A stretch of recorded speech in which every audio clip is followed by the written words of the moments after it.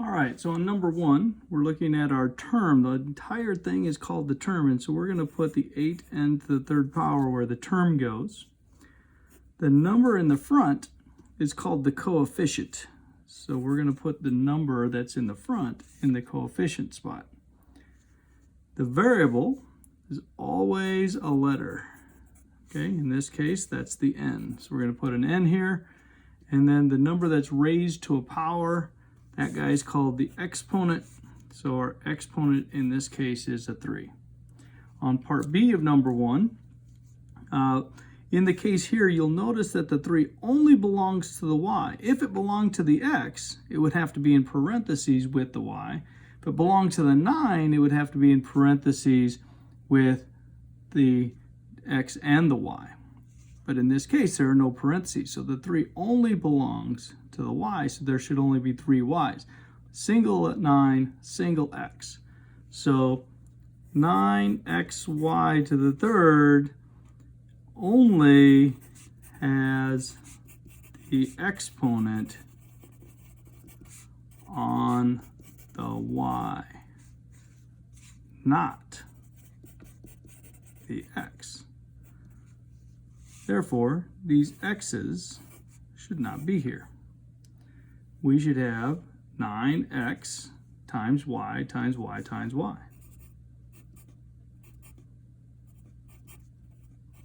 That's what our answer should have looked like.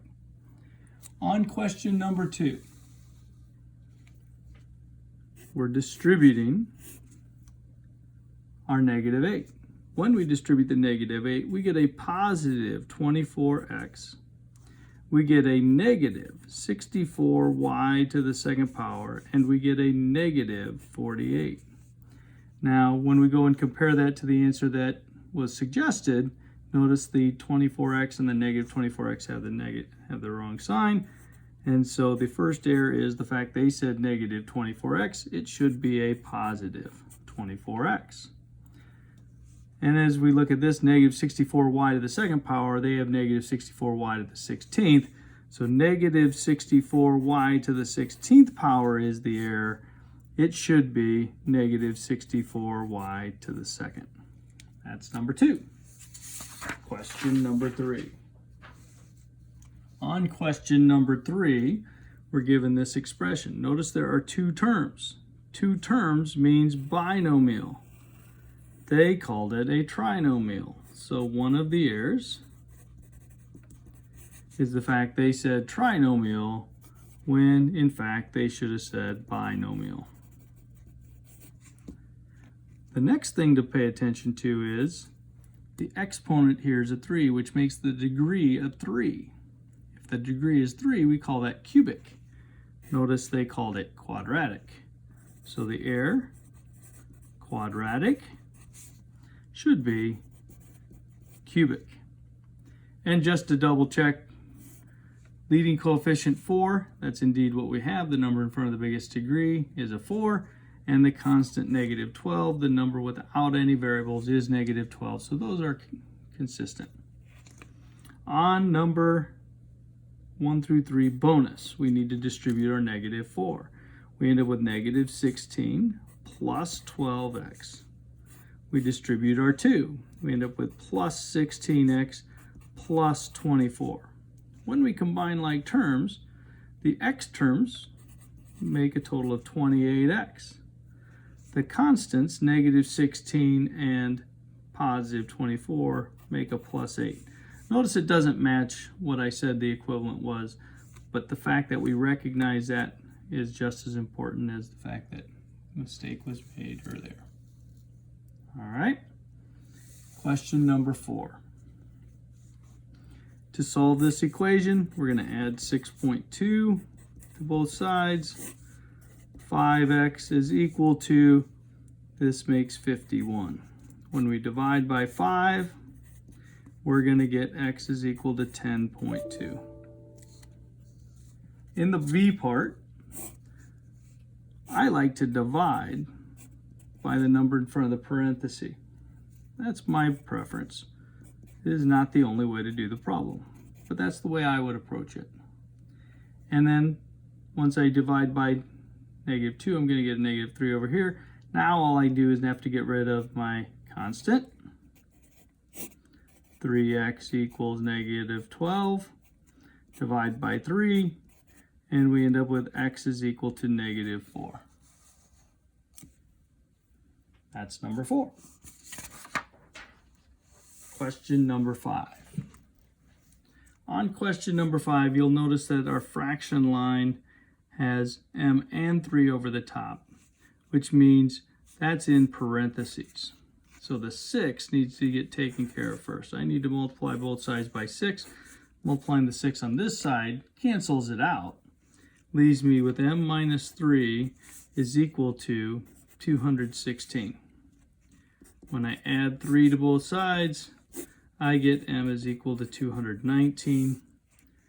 Putting that on my number line, I got 219. Let's just go 221 to the right, 217 to the left a couple places, and I just do a solid point on the 219 because we are equal to. Over here on letter B, you'll notice the fraction line is only under the n. So the minus 9 is not in parentheses with the n. Therefore, we're going to get rid of the subtraction first. We're going to add 9 to both sides first. N over negative 7 is greater than 21. We're going to multiply both sides by this negative 7. We get n on this side. We get negative 147. But it's just as important to recognize that when we multiply by a negative, I have to flip the sign. So my answer is n is less than negative 147. Going to my number line, I need to identify negative 147. A little larger than that is negative 145. Remember, negatives get closer to 0 as we go up, and farther from 0 as we go down. So negative 149 to the left. There is no equal part. So I'm going to go with an open circle on the 147. N is clearly smaller than negative 147, and the smaller values are going to go to the left. Number 6. To solve number 6, we're going to distribute the 2. 2x minus 8. Keep the negative 17, keep the 25.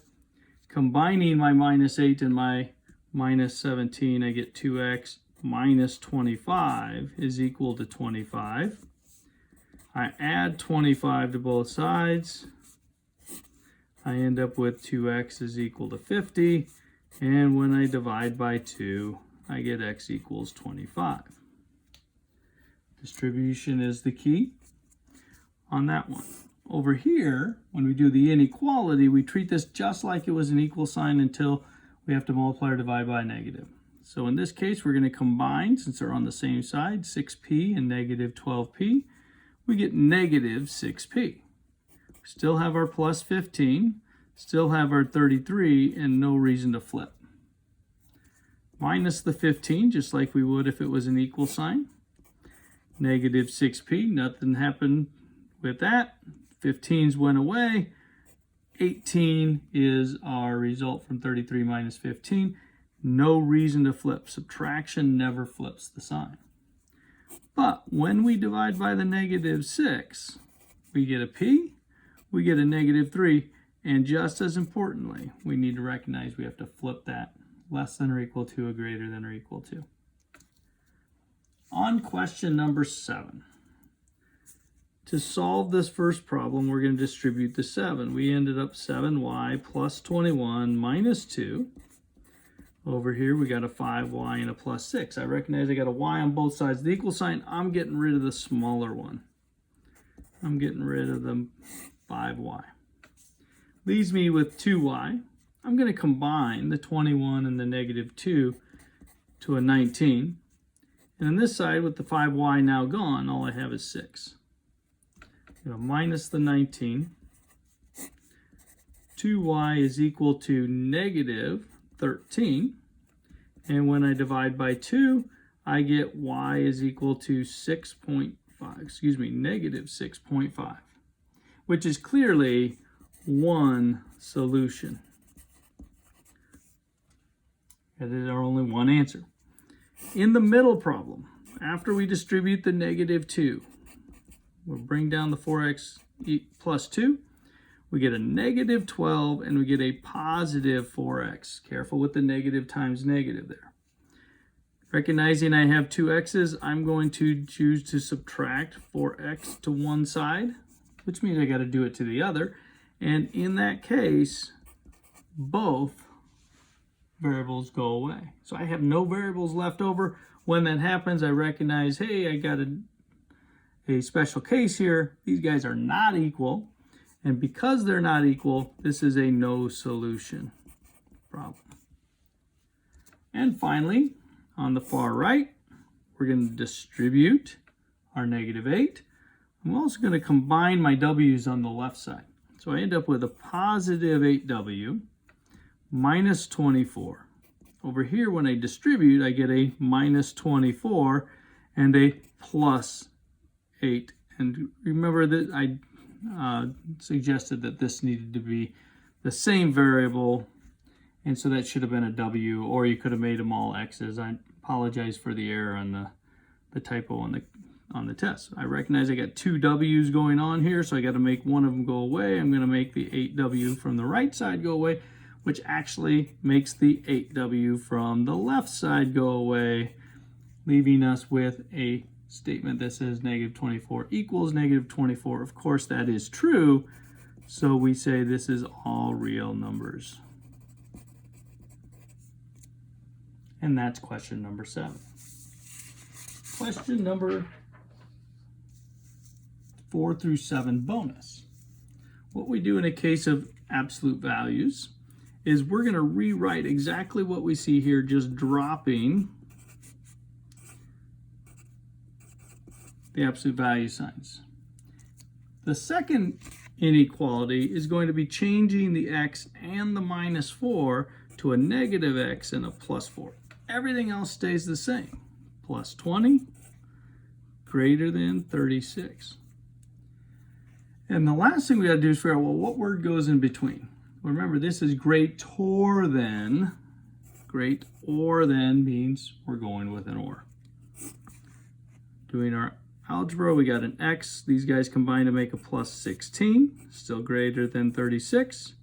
We're going to minus 16, and we end up with x is greater than 20. Or, bring the or down. On this side, we're going to combine 4 and 20 to make positive 24. Still got a greater than 36 on this side. We're going to minus the 24. Negative x is greater than 12. To get rid of the negative sign, which if you recall is a -1x, we're going to divide by -1. And we end up with x, we end up with -12, and when we divide by a negative, we have to flip the sign. The answer is x is greater than 20, or x is less than -12. In the literal equation problem, number 8, we need to recognize we're solving for e, which means I got to get rid of c, got to get rid of d, got to get rid of the 3g. I'm going to get rid of the denominator of this big long fraction. So the first thing I'm going to do is multiply both sides by 3g. If you recall, the purpose of doing it on this side is to make it go away. Over here, I'm going to end up with 3b and g. Now you can write that a lot of different ways. I saw a lot of people write b times 3g. It doesn't matter. All three things are going to be multiplied together. Over here, we still got c times d plus e. Now you got a few options here. My suggestion is get rid of the things that are attached to the e, but I like to get rid of the parentheses. I would hold on to till the end, get rid of the multiply. So I'm going to divide by c. When I divide by c, I get 3bg over c, and I'm going to get on this side. Now my c's are gone. I'm left with d plus e, which if I'm solving for the e, all I need to do now is subtract the d.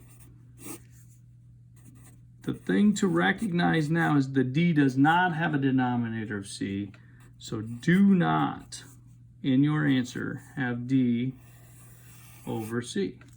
There is a reason, depending on what you did back here. If you'd done the distributive property, you could end up with a C underneath, but it would be 3BG minus CD over C. And that would be over the fraction. All right, question number 9. We're going to cross multiply. Remember, these guys are in parentheses. So I'm going to take the 9 and multiply it by this guy up here. I'm going to take the 6 and multiply that guy there. So we're going to have 9 times 3u minus 8 on this side. We're going to keep the 4u plus 8 on this side and go 6 times 4u plus 8. Do our distributive properties, we get 27u minus 72. Here we've got 24u plus 48. And got u's on both sides. I'm getting rid of the smaller one. I'm going to minus the 24u. 3u minus 72 is equal to 48. And we just continue our regular process. Add 72. It's our two-step equation concept.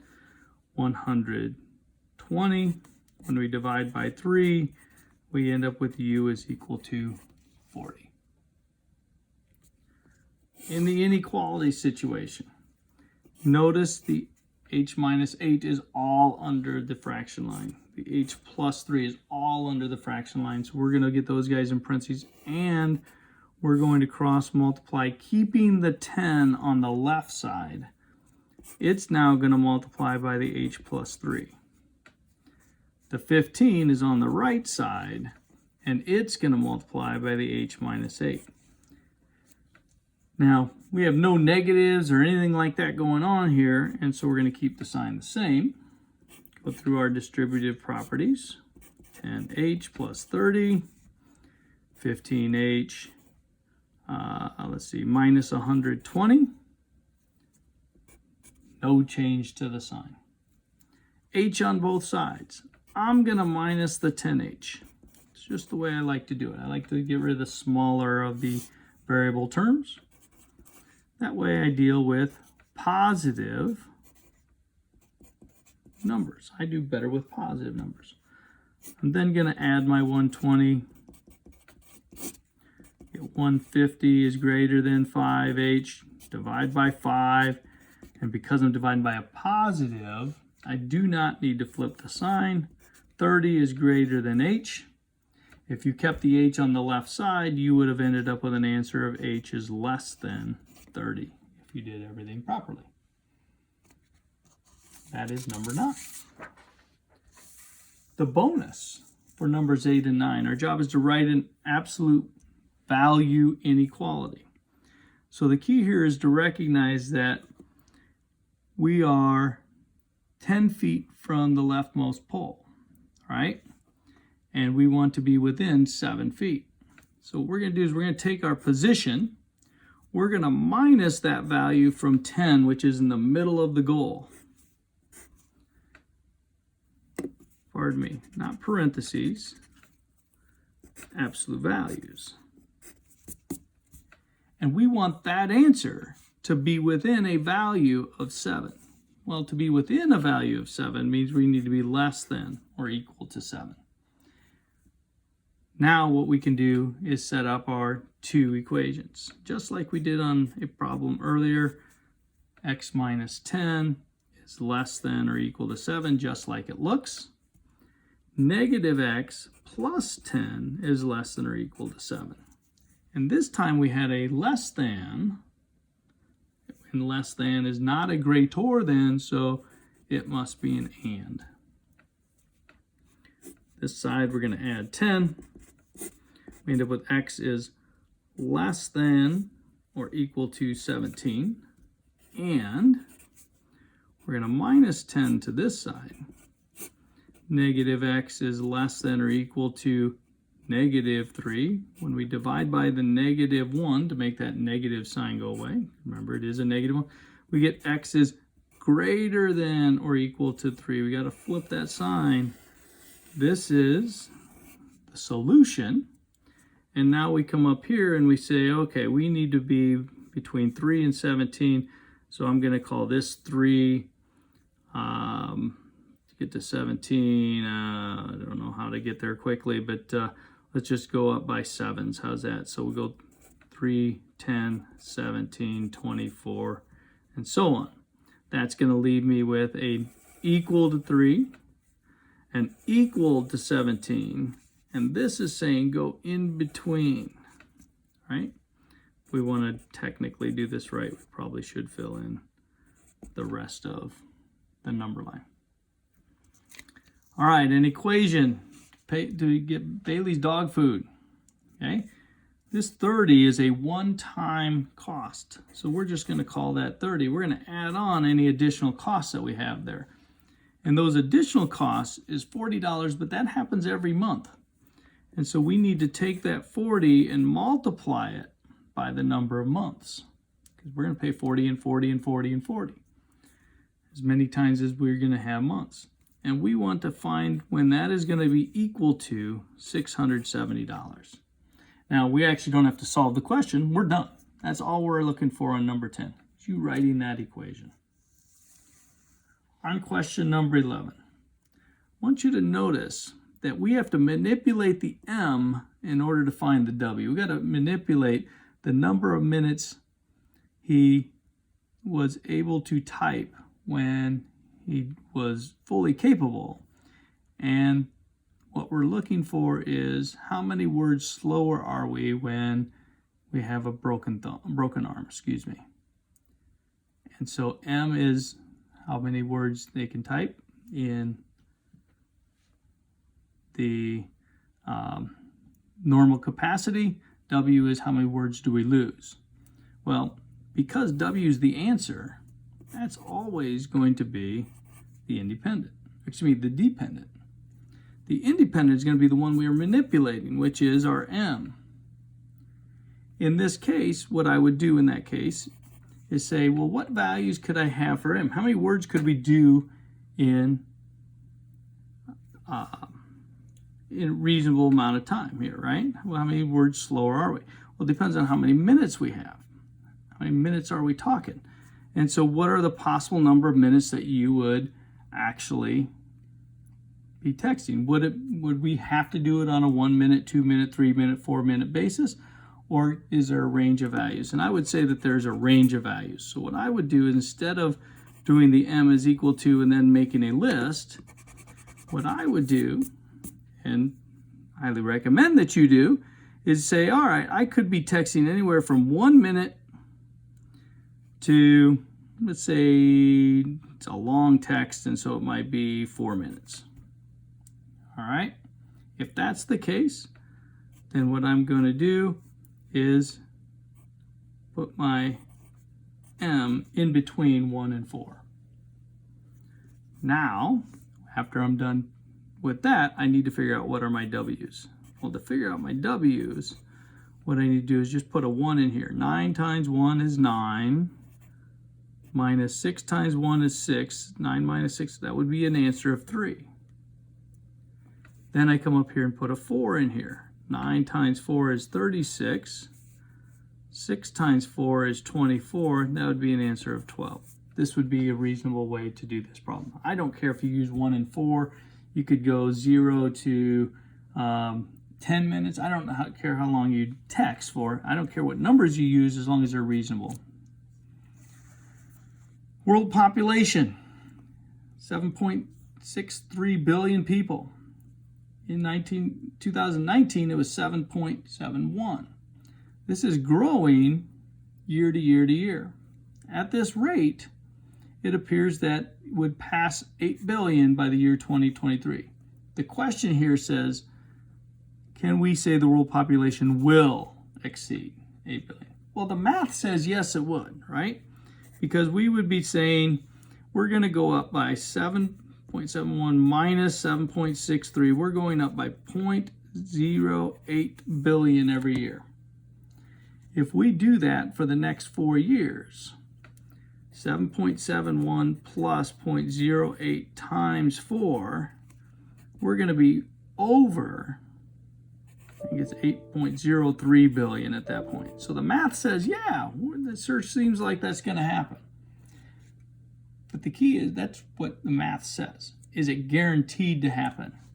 So we have to be careful with our answer and say, no, something could change the rate of growth. Because if the rate of growth changes, we may not get to 8 billion, right? There is some type of famine or major catastrophe, or maybe we'll get there even sooner than 2023 if the rate were to increase. All right, moving on to number 12. On number 12, is this a linear function? Well, if you'll notice, we keep going up by 4, add 4, add 4, add 4, add 4.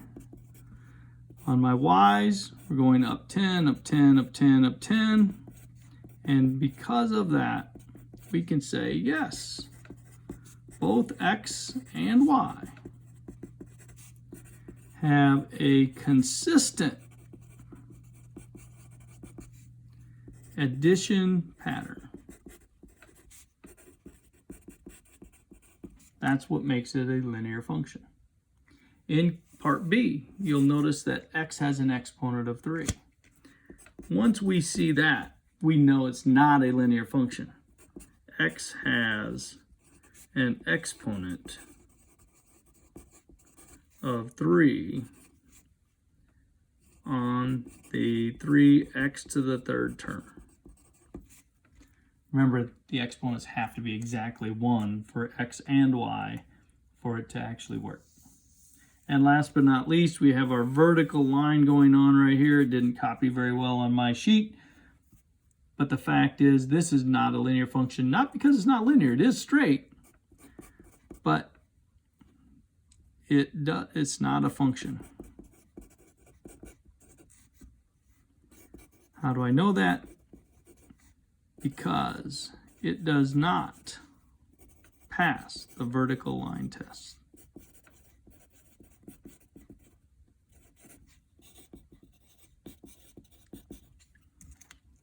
All right, on the graph, our job is to go by the x and the y intercepts. Well, my x-intercept, what I'm going to do is I'm going to cover up my y. -5 times what equals 20. X-intercept is going to be -4. So I go over here and I graph at the -4 for my x-intercept. My y-intercept, I'm going to cover up the x because the x value is 0. In that case, 10 times 2 equals 20. So the y-intercept is 2. I go up here to the value of 2. And I'm ready to now make my graph. And sorry, I do not have a straight edge handy, but I should be using a straight edge anytime I do my graphs. There's my graph. My slope of my line, that didn't show up very well on my printout here.